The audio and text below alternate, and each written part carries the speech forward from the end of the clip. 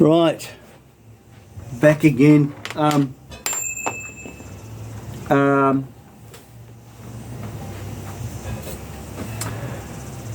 Back again, just on a different note. If I haven't already mentioned it, if you ever want to make good punches or pin, pin punches or anything, old head bolts are one of the best things you can use. You have to soften them before you put them in a fire, heat them up to red hot, let them cool down, and then make what you want and then re-temper it. But it's the best steel you can possibly get, unbelievably good, right? What I wanted to talk to you today is wheel alignments on bikes. So some bikes don't really need a lot of a wheel alignment, like your Dynas. It's just a case of getting your front wheel straight. But on FXRs or a lot of the ROADKINGs, I've just had a ROADKING in with this problem. I think there was another model, it was called a FXRSL or FXRS, and then I think there was another one. It was the same as the FXR. Pretty much all the ROADKINGs have this a wheel alignment that you need to be done. And one of the biggest reasons where the wheel alignments go wrong is on this here. I'll show you.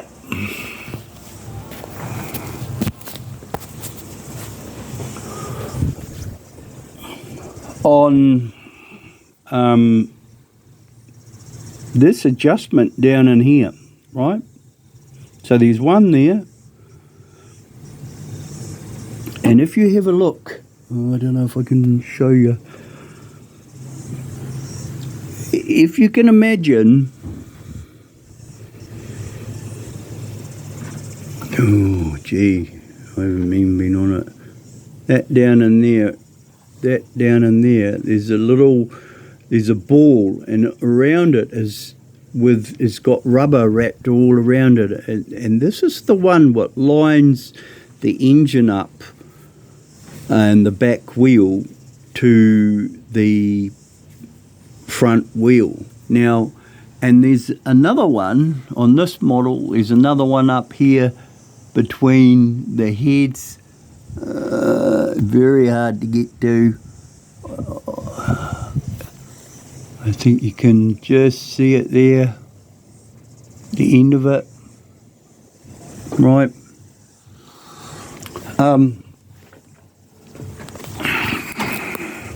Put you back in the holder before you get vertigo.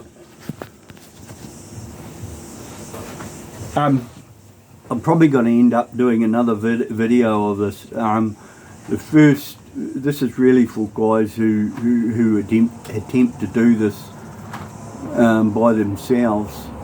I'm not going to go into the whole procedure. It's pretty involved, and I would not expect, when I got patience and a lot of time, I might do that one day, show you the procedure. But basically it goes like this, right?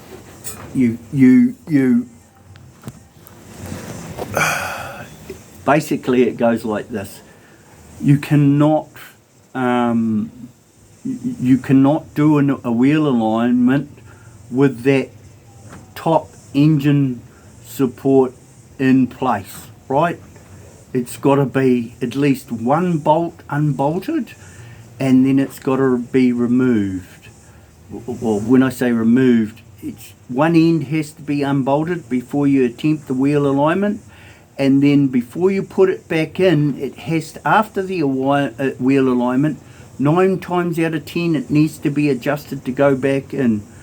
You are not to whatsoever put a crowbar into the top of the engine and lever the engine over so you can get that bolt back in, right? it's just, yeah, it's got to be adjusted, and the only way of doing that is removing it from the motorcycle and adjusting it. Now, the one at the front of the engine down the bottom, usually you can get access through removing the I'm having a brain fart now. The voltage, the regulator on the front of the bike. If you remove that out of the way, you get access to the stabilizing arm. The stabilizing arm, I've mentioned it to before, needs to have a washer on the top of it to stop it jumping out if it gets shagged out, and they do get shagged out. And when that front stabilizing arm gets shagged out, because it's if you can imagine, this is the back wheel and this is at the front of the engine where the stabilizing arm is, and the whole lot swing on the back swing arm, right? So if that's stabilizing, and you imagine that this is the back wheel, if this is the stabilizing arm up the front and it's got shagged out and you're riding along, this is what it does, right? And the back wheel starts going like this. The whole lot goes like that. When you come into a corner, it'll go hard over one way, and then when you come out, it might go like this, and your bike will start doing some real funny shit, right? The problem is, once you've diagnosed, it's quite easy to diagnose what's going on, but then the procedure, the guys are doing it wrong, right? And I like I say, I feel like I'm going to have to do, but when you get the new stabilising arm, because you just buy new ones, it's not something that you penny pinch on. They're normally about 120 bucks. You make sure that you set that. The distance between those two eyes exactly the same as the one what came off. And you need to find some way of measuring it. What I found here is most guys, it looks like they're just chucking it on and then winding that whatever and then locking the lock nuts. I've just done a bike here where I believe that the wheel alignment was out 20 mil, right? So if you can imagine, how can I illustrate that very quickly? Right. So we have the front wheel, and we have the back wheel, right? And if that stabilizing arm is done wrong, right, basically this is what you're doing to the back wheel. You're either pushing it like this, or you're pushing like this, right? So it needs to be perfectly in line with the front one, right? And if it's not, you're going to get real bad handling. Like I just done a Road King, like I said, and it was so out, it was just amazing. And I could tell by the nuts on the top stabilizing arm that Brian and Trevor had been in there, and something to keep in mind, right? So if that stabilizing his arm is out, the whole lineup wheel alignment is out like this. Now on Dyners and that, you don't have this problem. Basically it's the models what have that arm at the front of the engine. And if you have got that motorcycle, one of these motorcycles with these arms in it, you need to periodically look in that arm to see if it's faulty. Now I'm just going to pause it for a minute, and I'm going to see if I can find an old one, and then we'll come back.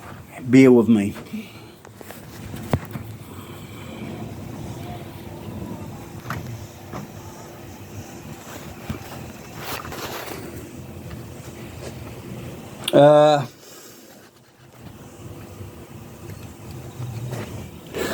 Yeah, had a good look around. I had one here. for this very reason.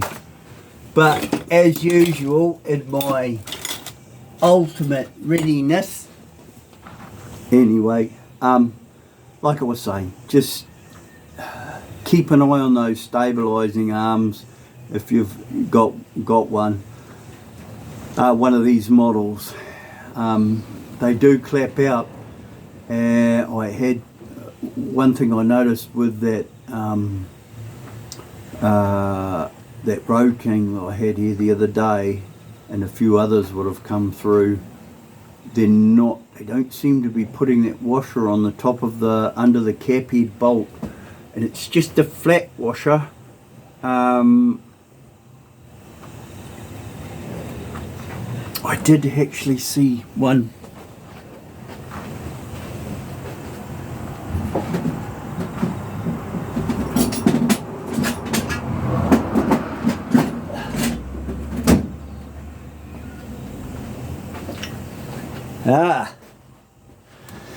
So this is not what I'm talking about, but it's very, very similar.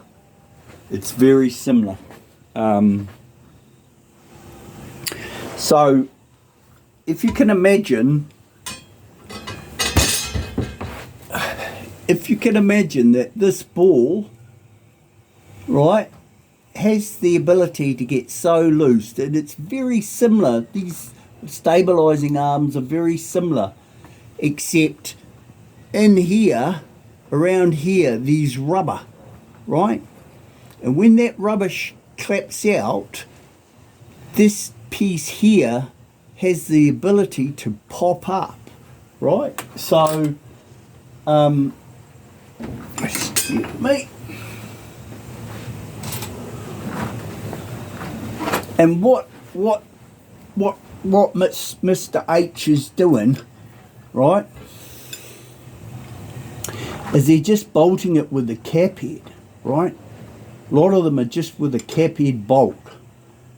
But the thing is, that diameter, the diameter of this bolt here is less than this ring here. So when that ball, when this gets absolutely shagged out, that actually pops right off. And if it's on that front swing arm, on that front of that, the one that does the wheel alignment, it's bloody scary. So what I'm attempting to explain to you, in the washer, no.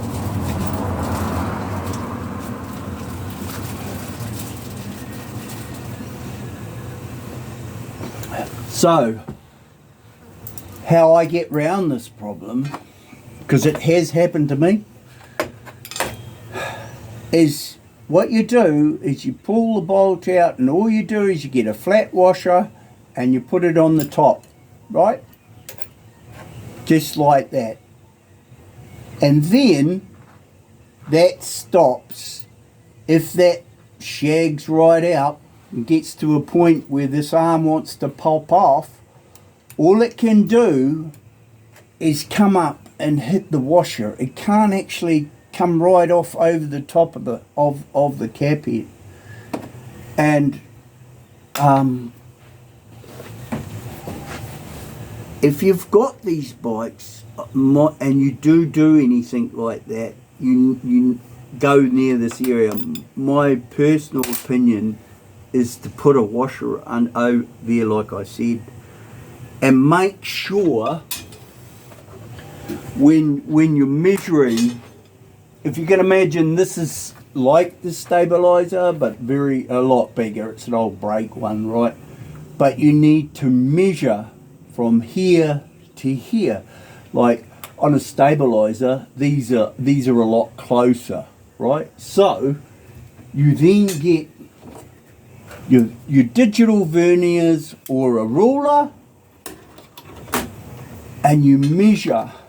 You on the old one, you mark the centers of the eye with a scriber, on both ends, and then measure between the two eyes, and normally they're 90 degrees out like this. So you set them and do the best you can at setting them back to as close as you can to the original distance of when that broke, right? When the old one wore out. And you will find 99% of the time you don't need to do a wheel alignment if you follow the proper procedure, right? Anyway, waffling on. I hope this helps. And what was I going to say? Yeah, anyway, waffling on. Have a good one. It's time for a beer.